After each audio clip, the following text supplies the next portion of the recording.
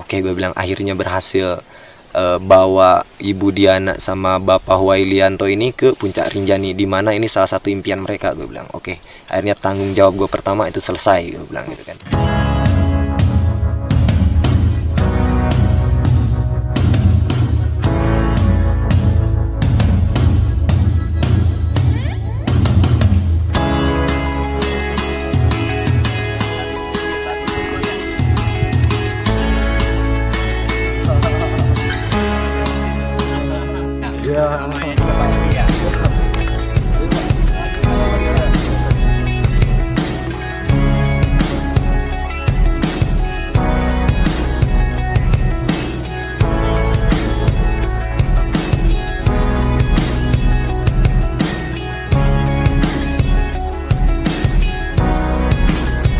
Mantap. Kita sampai di mana? Segala anak. Aduh, Mang. Segala anak. Kita udah sampai. Gemes, gemes. Mana Segara Anaknya? Itu. Semuanya begitu Oh, Tadi ya ada elang. ada elang. Selamat datang di Danau Segara Anak Bapak. Terima kasih, terima kasih semua tim-tim The Elsel Garut. Dan kebetulan hari ini kita sangat beruntung, Pak. Kenapa? Karena Kita tadi kita. lihat 2 elang. Oh, Itu gitu ya. momen yang sangat jarang. Itu Yang merah ya. salah Heeh. satu keberuntungan kita. Betul, ya. salah satu keberuntungan. Dan Merah, kepala putih. Dan yang kedua, cuacanya cerah banget, Pak. Yang ketiga, ini milik kita. Ini milik kita, bener. Orang lain nggak ada. Heeh. Itu dia, kita harus nikmatin, Pak.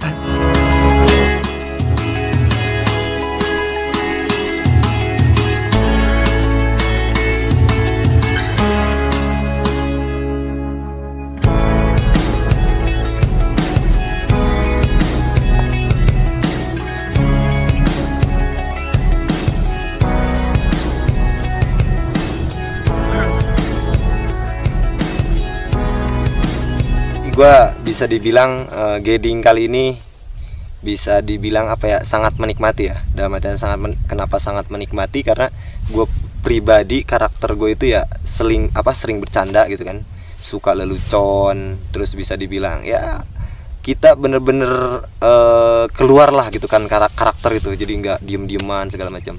Dimana bapak ini ya nyambung gitu sama gue. Ini lagi mau prepare buat berendam, Pak ya, berenang di Danau Segara Anak. Karena kurang lengkap juga. Minum kopi dulu. Minum lagi. Sama minum jus jambu dulu, Pak. Udah hampir habis. Udah hampir habis ya. Saya nggak lengkap kalau kita ke Segara Anak nggak berenang, itu kurang lengkap. Setuju. Yang penting jangan terlalu ke tengah aja ya.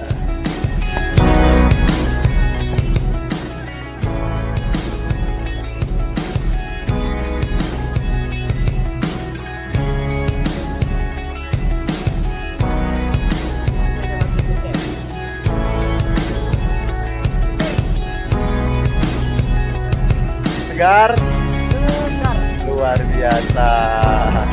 Pak Wildan, kok begitu? Oh, berenang ya, mantap. Dompet nih mandi nih, segar banget.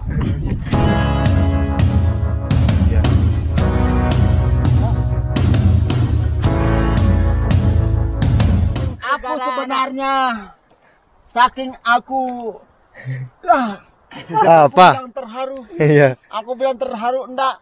Apa? Aku bilang enggak terharu.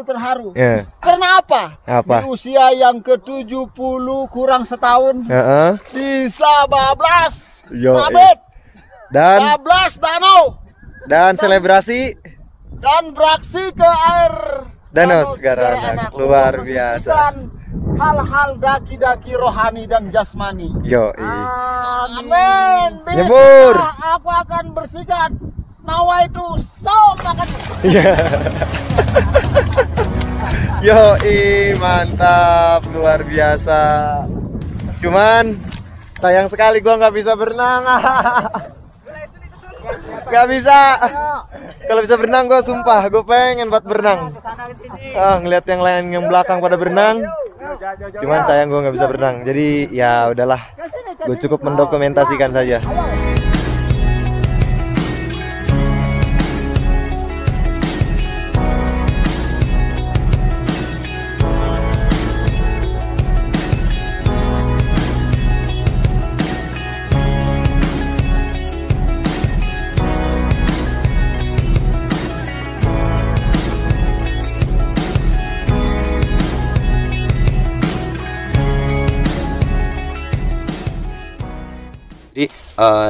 selesai makan-makan, nah istilahnya malam pun tiba gitu kan. Malam pun tiba, terus beliau kayak request api unggun, terus porter juga cari kayu kering gitu kan. Pas jalan menuju danau itu sekaligus cari kayu kering gitu kan. Jadi bikin api unggun, terus ya kita masih ada cadangan ikan, itu kita bakar ikan. Nah, selesai itu baru istirahat. Dan itu bisa dibilang sekitar jam 8 malam lah. Itu jam 8 malam beliau udah pada istirahat semua gitu kan. Udah pada istirahat, suasana udah mulai sunyi gitu kan. Cuman porter-porter masih pada begadang. Memang kebiasaan ya, bisa dibilang, apalagi kalau porter Rinjani itu kalau udah ketemu Danau Segaranak itu bahkan sampai ada yang begadang mancing. Nah itu. Nah kayak gitu ya. Oke, singkat cerita lanjut paginya. Paginya kita udah mulai ringkes-ringkes, prepare, packing, persiapan buat turun lintas Torean. Nah di sini gue bilang ke beliau, Bu, gue bilang, Pak, gue bilang ini Torean, gue bilang untuk jalurnya sedikit ekstrim, gue bilang gitu kan. Terus untuk jalurnya, untuk treknya juga lumayan panjang gitu kan. Yang selalu gue inget, dia selalu bilang nikmati saja gitu kan. Pokoknya nikmati saja. Oke lah Bu, gue bilang gitu kan. Siap kalau gitu, gue bilang pelan-pelan, yang penting sampai gitu kan.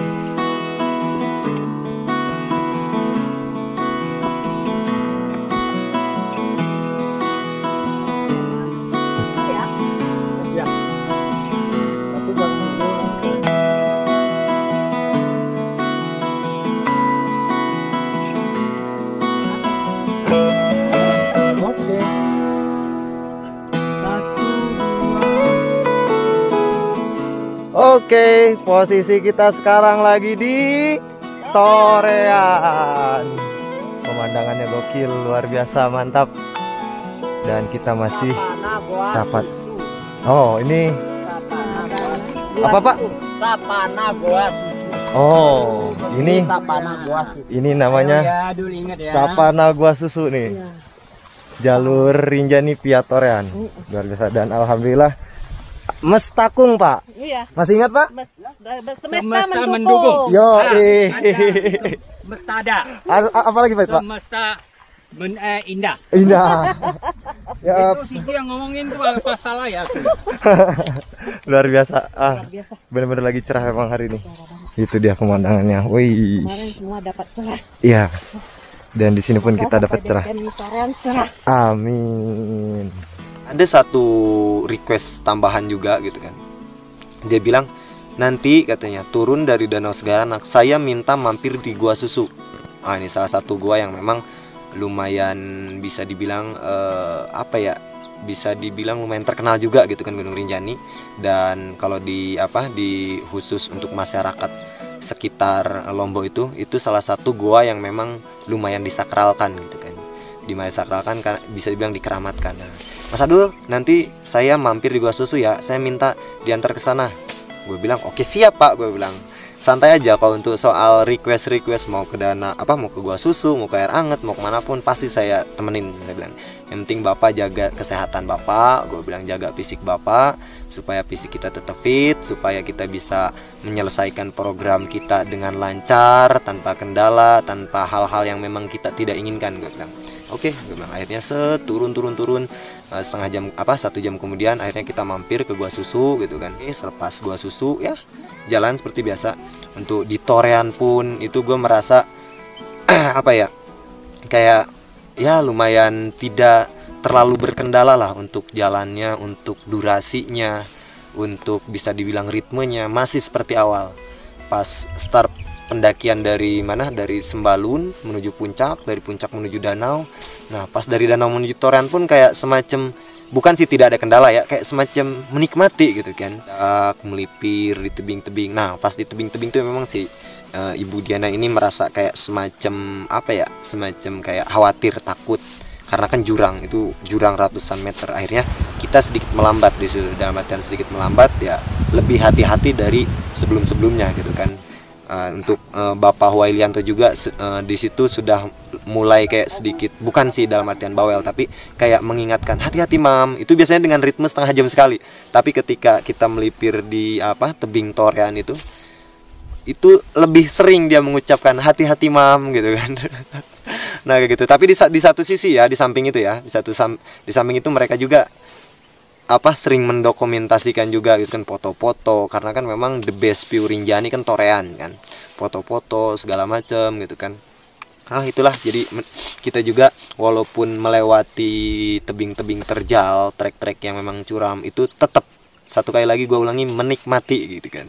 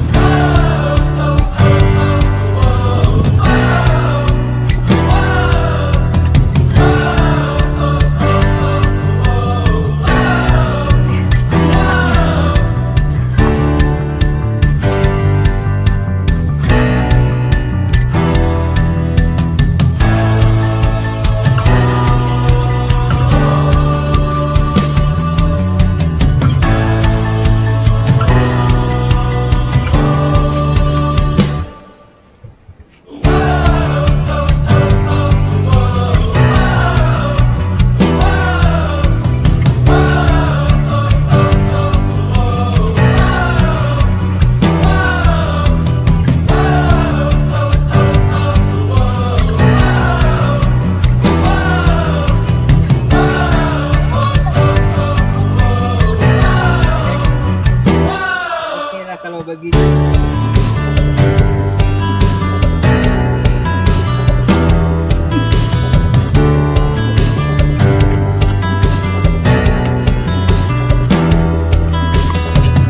Jadi sempat gue bilang dari awal ke beliau itu, Pak, gue bilang, Rinjani itu, gue bilang, gunung yang memang komplit.